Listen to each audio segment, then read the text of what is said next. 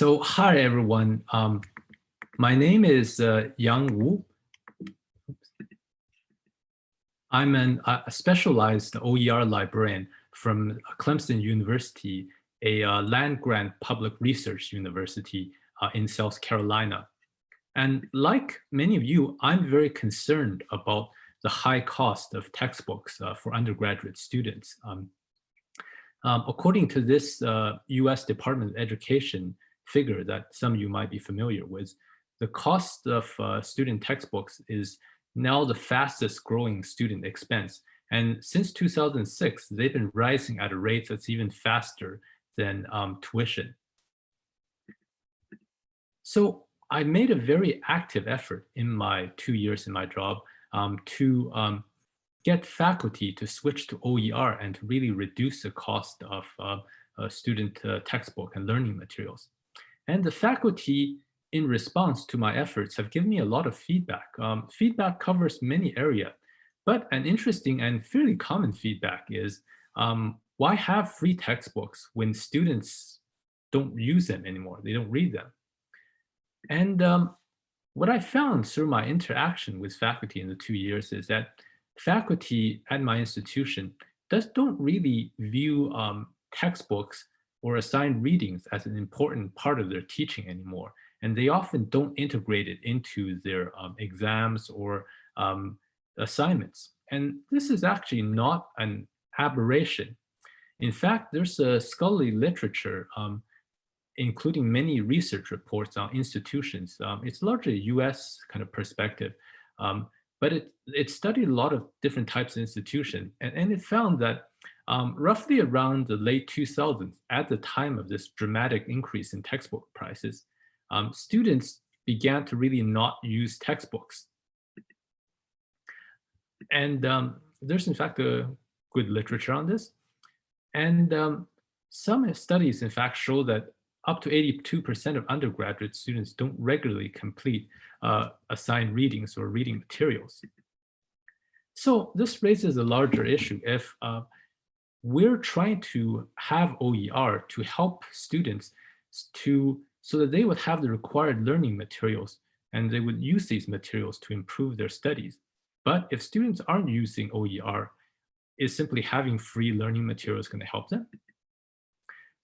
There's in fact a gap in research on this material, on this issue. Studies show that on OER show that students do like OER overall, and in fact students use them, but many studies have also shown that students don't use OER more than traditional textbooks. And for some courses, studies have shown students just don't use textbooks very often in any case. And having an OER doesn't really help increase student use of the textbooks.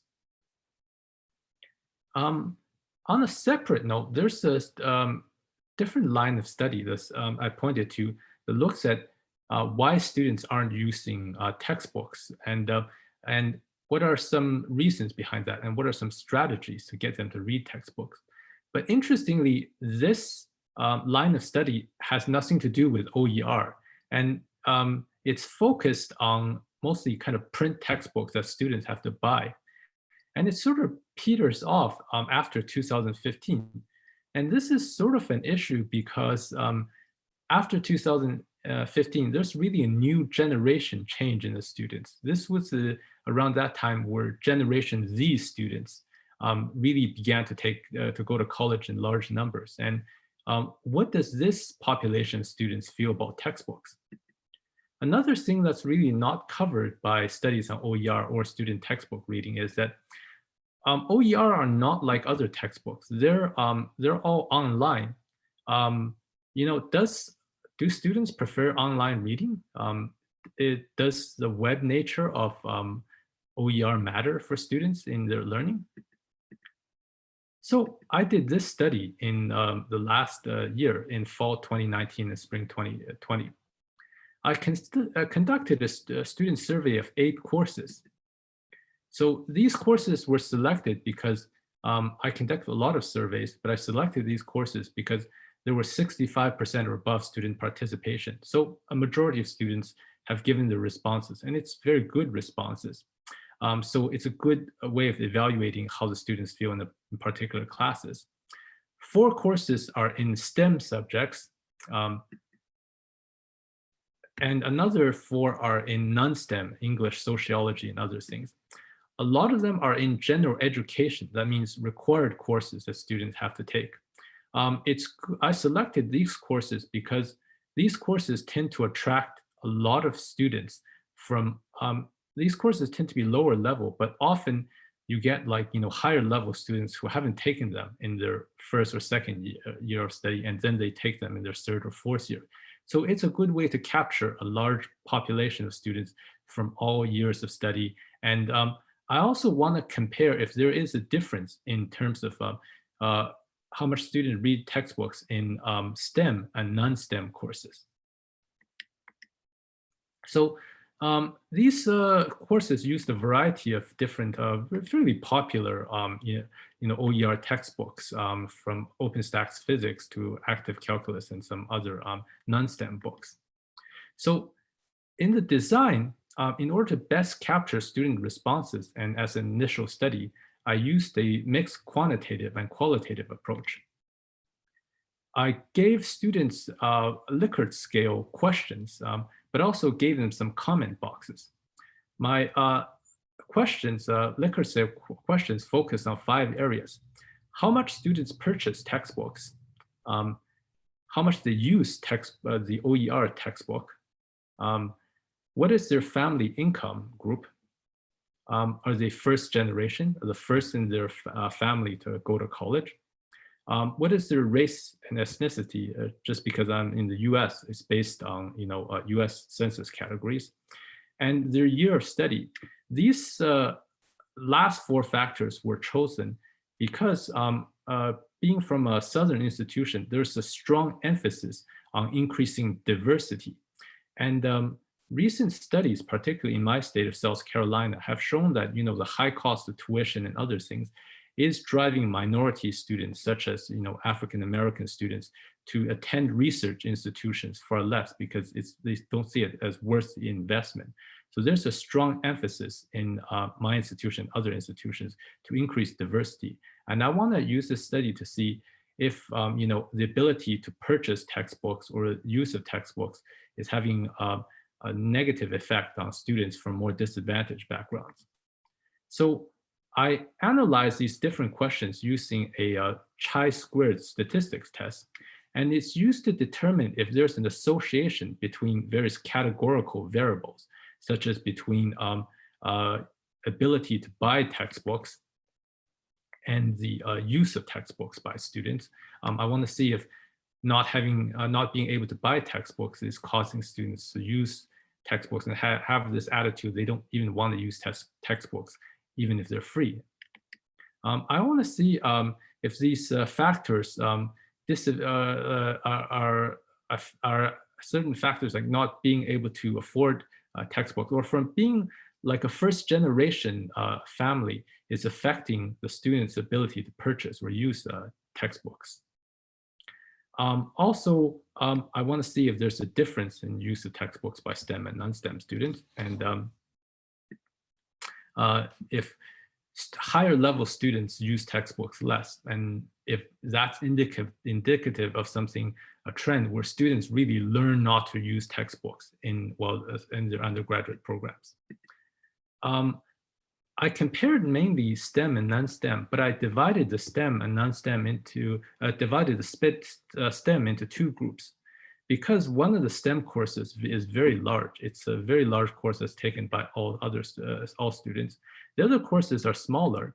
So to have the large course not really influence the findings of the STEM group, I've divided it into a separate group from the other courses. And then there's the 3rd group, which is the non-STEM courses. In the terms of the comment boxes, I asked students questions, such as if they're satisfied about the free textbook reading used and why, if they have any suggestions for how teaching using the readings can be improved. And I also asked them why they buy or not buy textbooks to see if there's a pattern between ability to afford a textbook and the use of textbooks. So I found this, just the initial kind of summary on the overall population of students. Um, there are 675 student responses. They are from a wide group of students, mostly junior and sophomore, but also a good population of, um, you know, fourth year seniors and first year freshmen. Yeah, I hope you understand the US terminology. The population of students is largely white, but there are two large minority groups, chiefly African Americans and Hispanic Latinos, that are the main group of minority students. So in terms of household income, um, most of the students from the study tend to be from higher income households. Um, 45% of, 40% of them come from households that make over $100,000 a year. And that's fairly high because the average income in South Carolina is about 45,000. So that's high. But of course, this doesn't mean that, if you're from one of these well-off, these higher income households, you necessarily can afford college. It doesn't account for factors such as how many kids these families have.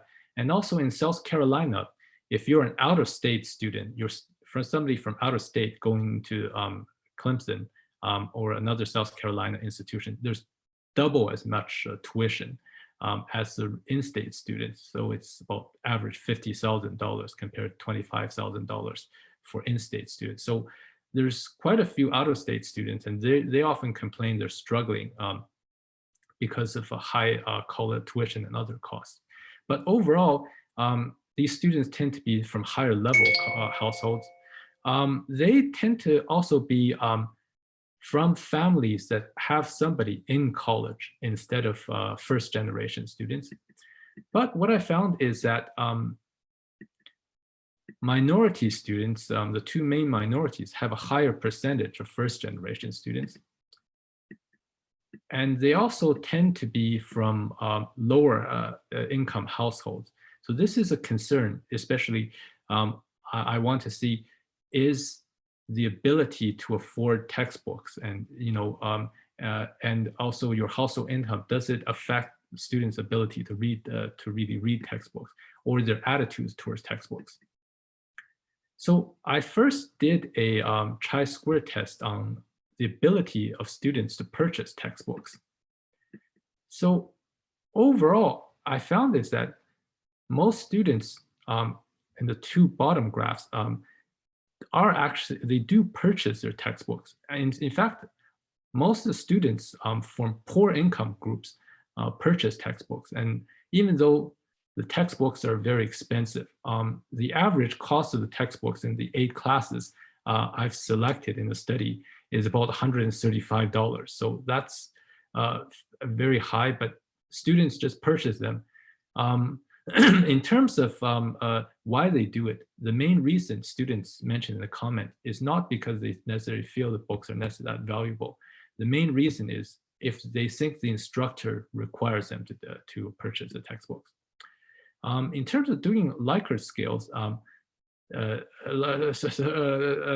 doing the chi-square test of the Likert scale questions, I found, however, that there's no significance between income groups in the textbook purchase. Students feel it's their responsibility to purchase a textbook if the instructor wants them to purchase it. There's no difference in textbook purchasing between first and non-first generation students or students in different race groups. Is there a significance, between or a correlation between how often students purchase required textbooks and how often they use OER? What I do find is that non-STEM students tend to buy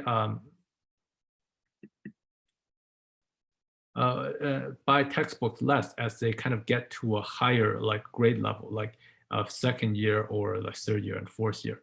It could be that in the non-STEM student group, they do learn this lesson in terms that you can get through college without really reading textbooks. However, the STEM students I found from comments and other things, they actually view textbooks a bit differently. A lot of them view textbooks as something they gotta have. It's something that'll be useful after college or in their career or something like that. So they do see an importance in buying textbooks in STEM areas.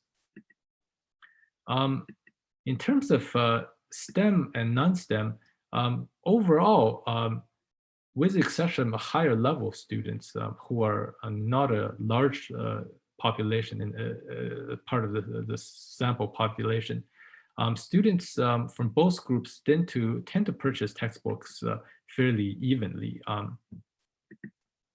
One thing I found is that students in the larger STEM course of 400 some students are more likely to purchase textbooks. The reason I think is that it might be that that larger STEM course is a required course for more students in my institution than other courses. Students might feel a need because it's an important course to purchase a textbook because they feel it's something they need that could be useful after the course. So in terms of textbook use, this is what the students, this is how often students use textbooks. While it does seem that a lot of students do use textbooks a lot, but if you compare it, more students say they use textbooks a little or none than they use textbooks all the time or quite a bit. And if you compare that to how often students rely on the instructors' lectures and slides for their learning, it's a very different picture. Students overall tend to think that what the instructor says and the instructor's lectures and slides is more important than anything else. In terms of how often students rely on textbooks in their studying, interestingly, STEM students from poorer families tend to use textbooks. First generation students use textbooks more. I don't see the same pattern of usage among non-STEM students.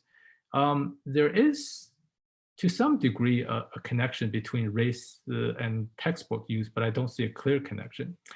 My interpretation is that it's possible because STEM students from first generation poorer families tend to use textbook more because they don't understand this method of studying in STEM courses, as well as students from higher income families who have maybe brothers and parents who have gone to college and maybe know how to study a bit more. I find students in STEM courses tend to be focused more in terms of study, not so much on reading, but more on solving equations and doing practice questions. It could be that the STEM students from first generation poor family backgrounds don't understand that it's as important to do this, so they read textbooks more.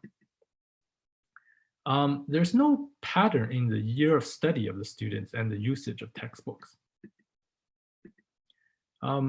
In terms of, what I do found is that STEM courses students in STEM courses tend to use textbooks less, and students in the non-STEM courses use textbooks a lot more. But this is mainly because of the instructors. 3 out of the 4 non-STEM instructors made this big effort to engage students in using textbooks and integrating textbook content into exams and homeworks. Only 3 of them did that. The other one, the 4th one, didn't. And the if you make a bar graph of how often students use that textbook, it looks more like the bar graph for the STEM courses than for the non-STEM courses. So I also looked at student concerns from the comments they gave. There were over 1,000 comments from students, and students, interesting, 80% of them were about, I really like these books because they're free and they save me money because I don't want to be broke. Students seem to view the OER textbooks mainly in terms of cost savings and not necessarily in terms of education value. But with the other 20% who did comment on the educational value of the books, students actually had a whole bunch of issues with these books. One is that they're confused about downloading if these books can be downloaded. This is especially the case with students from STEM courses who really wanted to download and have a lasting copy of the textbook. The irony is that most of these books could be downloaded, but the problem is a lot of the instructors assign students links to these textbooks for them to view the textbooks, but they didn't tell the students they can actually download a PDF or something of these books. Students are also confused about how to access textbooks, and especially for one course where the instructor felt she could use multiple textbooks, parts of multiple textbooks, and give students links to these different parts. In general, students are confused about LMS and how to access textbooks if they got too many hyperlinks. Interestingly, most students preferred paper, but of course, some of them felt they could view it on their Kindle or other things, but they just didn't know, since they didn't know where to download PDFs of these books, how to put these books on their tablets and other things, or e-readers. The STEM students complained about not having access to ancillary materials, especially in that large course. Students who were interested in the textbook mainly because they wanted to do the questions given by the practice questions given by that book. Interestingly, the instructor was instructed where to find the ancillary materials, like the answers to the practice questions, but she failed to give the students these answers. So the students thought the book was worthless if it didn't have answers to practice questions. And that's a thing with STEM courses. Students really want books with practice questions and answers, and they seem to view solving equations and doing these problems as the most important thing. A lot of students didn't know the relevance of the textbooks, or the readings are really important for them to their success. And that's, I guess, the point of the instructor. A lot of the instructors didn't make that clear connection. With most of the instructors didn't make a very clear connection. So some initial findings, this is sort of a basic study, but I found is that student learning behavior in different programs really need to be studied in terms of how to get them to use OERs effectively. Students in STEM seem to have a different type of mindset in terms of viewing everything in terms of doing equations and practice questions. So, okay. I hate to interrupt, but we're almost at time. Okay, I'll be done. This is my last slide. Okay. And also, does ancillary materials matter in STEM courses? Do digital formats matter? Students want paper, but all these textbooks are really in the new, in the traditional format. They're really designed to be printed. A lot of new OER textbooks are in the website format. Would students want paper versions if they have, if they read these types of books? And lastly, instructor emphasis matters. Instructors really have to be taught how to use OER and how to teach students to use OER. So here's some of my conclusions and some works I've cited. So any questions or comments? So I will say that since we are at time for the session, I'm going to go ahead and stop the recording, but we can definitely leave the room open, and Yang, you can answer questions for the next 15 minutes after.